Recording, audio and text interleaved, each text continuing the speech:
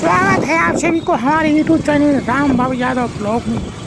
दोस्तों आप सभी नमस्कार दोस्तों, ये है भारत के और नेपाल के बॉर्डर पर है ये रक्सौल।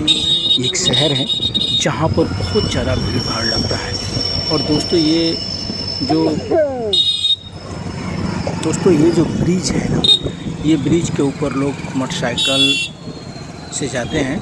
और नीचे आप सब देख सकते हैं कि इतना भीड़ लगा हुआ है कि यहाँ पर ट्रेन आने के बाद यहाँ पर खतरा का भी डर होता है दोस्तों। तो आप सब अगर रक्सौल आइएगा तो ध्यान से आइएगा। और यहाँ पर तो कह देते हैं कि ये जो ट्रेन आती है ना, तो यहाँ पर बहुत ज़्यादा भीड़ लग जाती है और लोगों का खतरा भी होता है।